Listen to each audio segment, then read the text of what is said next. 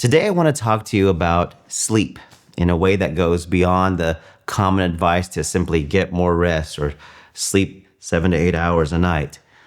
Sleep is often framed as recovery from a long day or as something that helps you feel refreshed in the morning, but biologically, sleep serves a far deeper purpose. And during sleep, and especially during deep sleep, the brain performs essential maintenance processes that cannot occur while you're awake. And understanding this changes how we think about sleep entirely, because it moves sleep out of the category of lifestyle preference and into the category of neurological protection. The brain is one of the most metabolically active organs in the human body. Every thought, movement, emotional response, and sensory experience requires energy. And that energy production generates metabolic waste. And so throughout the day, neurons create byproducts that must be cleared away to maintain healthy function. Unlike many other tissues in the body, the brain does not rely on traditional lymphatic drainage in the same way that the rest of the body does. Instead, it has a specialized system called the glymphatic system, which becomes highly active during sleep. So let's talk a little bit more about the glymphatic system. The glymphatic system functions as a cleaning mechanism. Cerebral spinal fluid, or what we call CSF, flows through channels around blood vessels, washing through brain tissue and carrying away waste products that accumulate during waking hours. And one of the most important substances removed during this process is beta amyloid, a protein that has been strongly associated with the development of Alzheimer's disease when it accumulates over time. So what makes this particularly fascinating is that the glymphatic system works most efficiently during slow wave sleep, often referred to as deep sleep. So during this phase, brain cells actually shrink slightly, creating more space between them. And this expanded space allows fluid to move more freely and increasing the clearance of metabolic waste.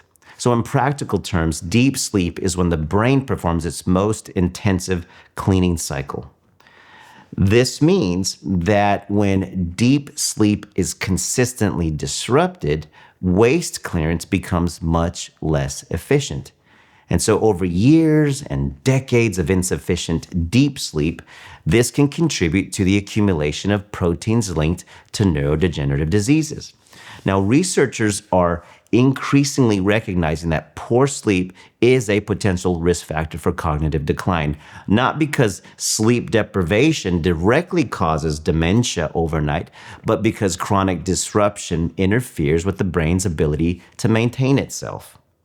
So the importance of sleep goes beyond waste clearance. Deep sleep also plays a critical role in memory consolidation and learning.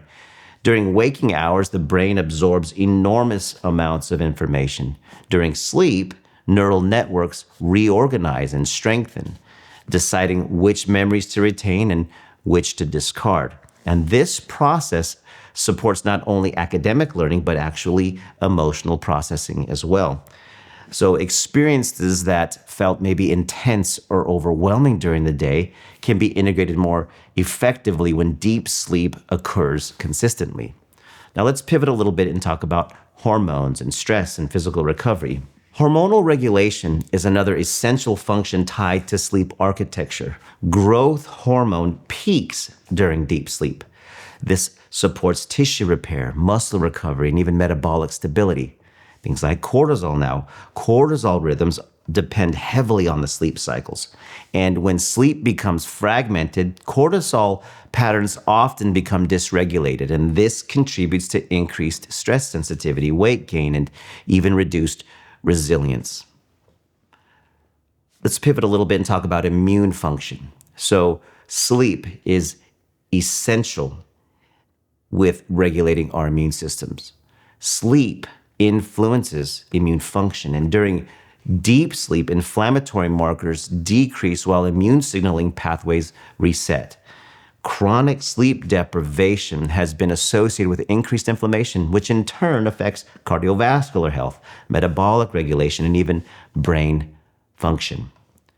Let's pivot a little bit and talk about emotional regulation and resilience.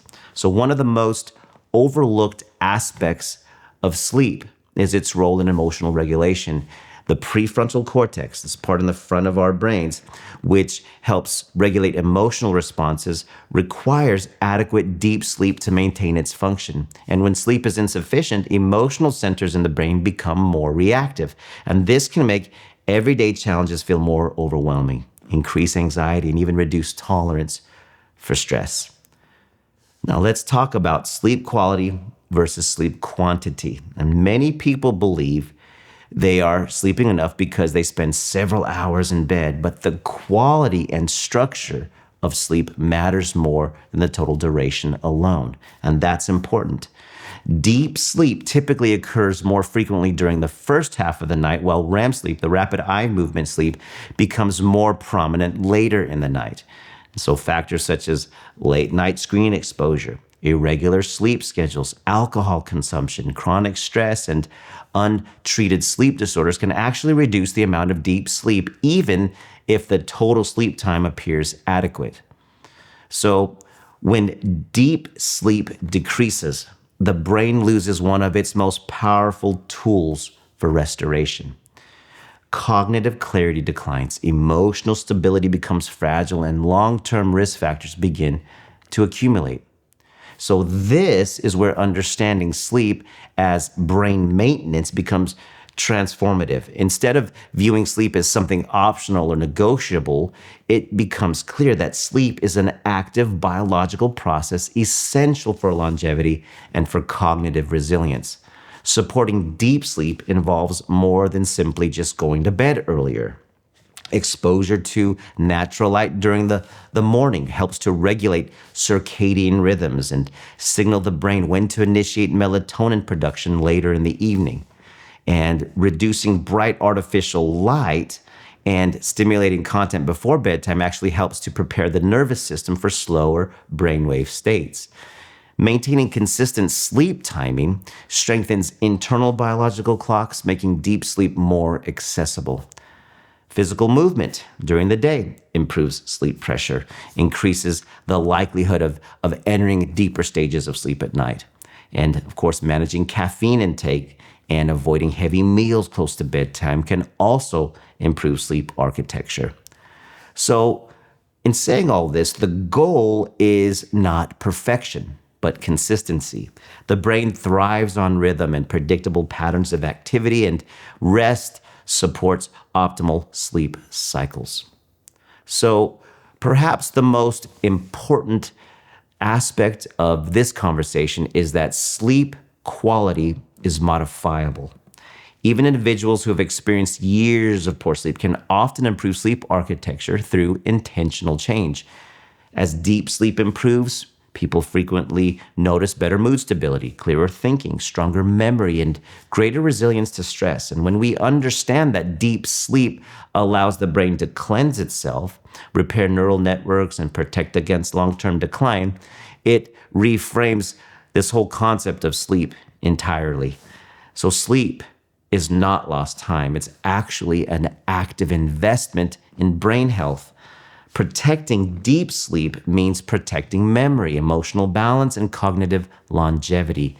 It means supporting the systems that allow us to think clearly, connect deeply, and age with resilience. And in a culture that often celebrates constant productivity, choosing to prioritize sleep actually might be one of the most powerful decisions someone can make for their long-term health and success. So what I hope that you take away from this conversation is that sleep is not passive. It's not wasted time. And it is not simply rest. Sleep is an active biological process that protects your brain, supports emotional stability, strengthens memory, and helps determine how you age over time.